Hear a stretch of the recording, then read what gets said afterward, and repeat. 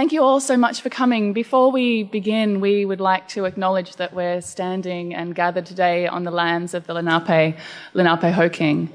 We want to pay our respects to the ancestors, to the past, present and future generations. We want to acknowledge the Lenape diaspora spread and forcibly removed from these lands in Ottawa, Michigan and Oklahoma. We do a land acknowledgement because it's really important to make the legacies of settler colonialism more visible. This is particularly pertinent for the work we do, and we wanted to bring that into this space today. So we're going to talk about the care principles and the Biocultural Labels initiative, but before we do that, we kind of want to let you know about a new initiative here at NYU, Enrich, the Equity for Indigenous Innovation for Indigenous Research and Innovation Coordinating Hub, generously supported by the Minderoo Foundation. Some of the principles of this new coordinating hub are centering kind of questions around Indigenous data rights and digital strategies for and producing capacity around Indigenous ethics and equity. Today, what we're going to talk about is initially Indigenous data sovereignty, and then we're going to talk about some of the ways in which those principles become practically actualized through digital strategies like the biocultural labels. Good morning. So I'm going to give you a crash course here in Indigenous data and Indigenous data sovereignty. From an Indigenous perspective, Indigenous data are anything that is born digital or not, that might be knowledge, information, or data that impacts Indigenous lives at the collective or individual level. And so it's data about our resources, environments, our lands, data about us as people, as individuals, and data about our cultures and our nations. So over the past 5 years, you've seen this rise in assertions of Indigenous rights to govern Indigenous data.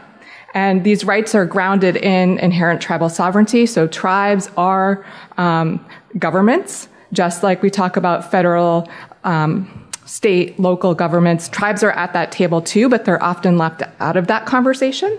And our rights are grounded in and affirmed by international law, so the UN Declaration on the Rights of Indigenous Peoples, but also in tribal recognition here in the States. So in the US, there are 574 federally recognized tribes. There's 60 more that are state recognized, and there are many, many more that practice as sovereigns without those recognition pieces there. And it is important that we sit at the table and become part of all of these efforts that you've heard talked about so far today. So in 2018, through an international collaboration at the Research Data Alliance, we had a gathering after we had raised concerns internationally, those of us working in these Indigenous rights around data environments, about the need to resolve tensions around the rights and interests and protecting those rights and interests of Indigenous people in their data, but also supporting these open data, machine learning, data sharing, and big data initiatives. And so what we did was worked through and thought about, there are all of these principles out there about data and different data environments. So there's research data principles, and there are open data for government principles. And we looked at all of these principles, and what we saw largely was most of them address data. So they're things like accessibility, interoperability, that kind of stuff. And so we really wanted to address the concerns around Indigenous rights and interests, since others were addressing all of those data attributes themselves.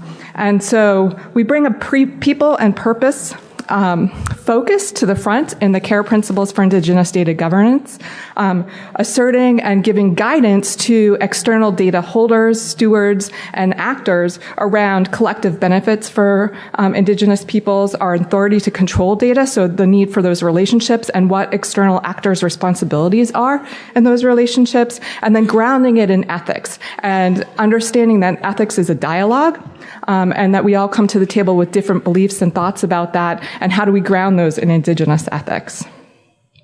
One of the things that we've done, so we launched the CARE principles in September, is we've started working through with different data communities how to implement and practice these principles.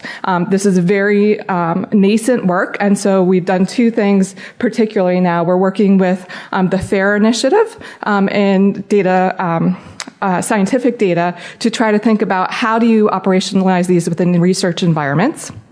And the other thing that we're doing is working with the Open Data Charter, which works with governments to think through how do you implement them in open data environments. And so interestingly, both the FAIR and CARE principles overlap a lot with the Open Data Charter principles, as you see here. But one of the things that isn't addressed in the Open Data Charter, which is a tension within the Charter itself and with those who interact with the Charter, is this idea about open by default. What does that mean in practice? And there's a lot of different ideas and values about that. Does that mean you just put it out there? What does ethically open mean? And so what we're trying to drive on an international level, a conversation around what does open by default mean and how do different authorities to control. So Indigenous peoples have collective autonomy, but there are lots of other collectives who have interest in being able to insert their values into how data are made open. And so what's that conversation and how do we move forward from there? And so at the international level, we have formed the Global Indigenous Data Alliance, which really works to address the need for policy and advocacy and action around Indigenous data. And it links to the CARE principles and trying to think through how they interact with and get implemented in international policy and then within each of our nation states, and how it links back to this enriched effort that we're talking about here is that GITA really works at the policy level, and then we start working down through the implementation, the operationalization of the CARE principles, and what does that mean in practice? How do we begin to insert those into metadata? How do we begin to insert those into the ethics practices and training on the ground? So Jane will talk more about that. So we're going to talk a little bit about the Biocultural Labels Initiative as one particular strategy that we've been developing over the last year to embed and support Indigenous communities to create metadata around the data that's created in genomic sciences. So the Biocultural Labels Initiative really extends the traditional knowledge labels system, which was developed in 2012. That system allows for the assertion of Indigenous names and protocols for sharing information within libraries, archives, and museums around the world, kind of dealing with the impoverished information that many of these collections have. But what they really do is they're kind of putting data into context, and they're kind of making visible the provenance and ethics consents in the collection and in research. They also set out mutually agreed terms and start to identify possibilities for benefit sharing. I think importantly, what the Biocultural Labels is trying to do is thinking about how you connect data to people and to environments, embedding relationships over time. And that becomes really important when you're thinking about Indigenous data. So the issues for Indigenous people in relationship to genomic sciences in particular is how to recognise Indigenous rights and interests in raw data and digital sequence information within an open data environment, as Stephanie was just saying. How to share digital sequence information and collaborate around ethical access and use, and how to negotiate equitable outcomes from the use of this data, including its potential commercialisation.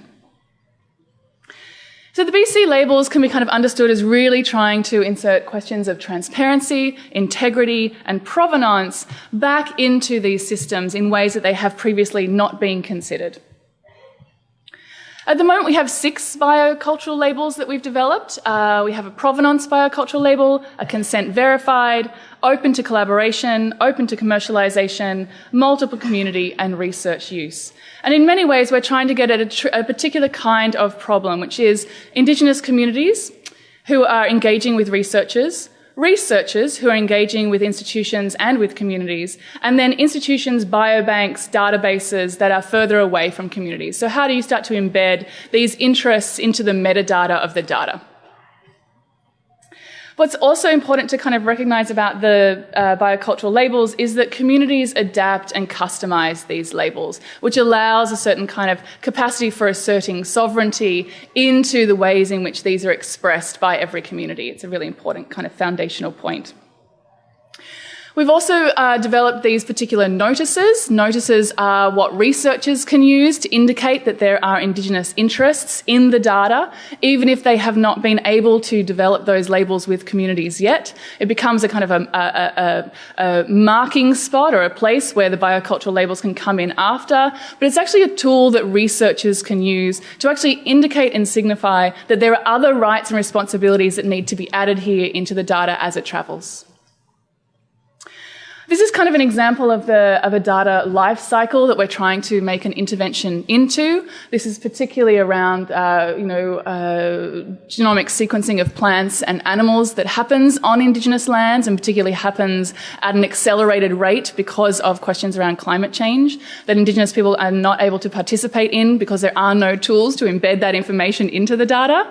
And so, the place where the labels start to get added would be at the kind of first interface with a researcher and a community. And then you kind of got all these questions about how you deal with the specimens, where the specimens go, how that goes into particular institutions, then the different kinds of biobanks, but making sure that this data travels with, so this metadata travels with the data as it kind of moves for third, fourth, fifth use.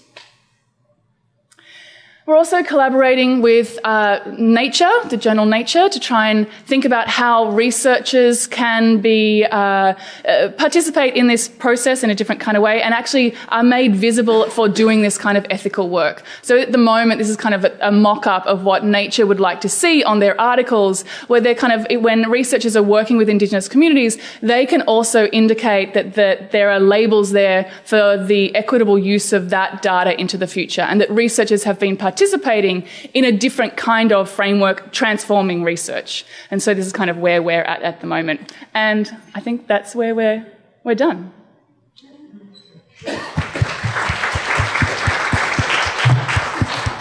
Sure. There's time for one question. An extremely naive question. As a layperson, hang on, wait, microphone. This is an extremely naive question, just from a layperson. Isn't there a severe shortage of Indigenous data? And what's... Go for it. There is a paucity of Indigenous data.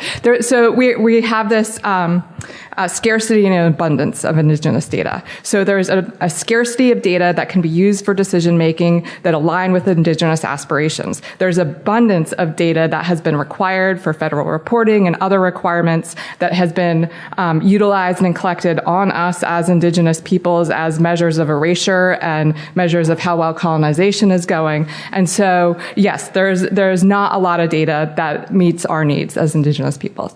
So, thank you.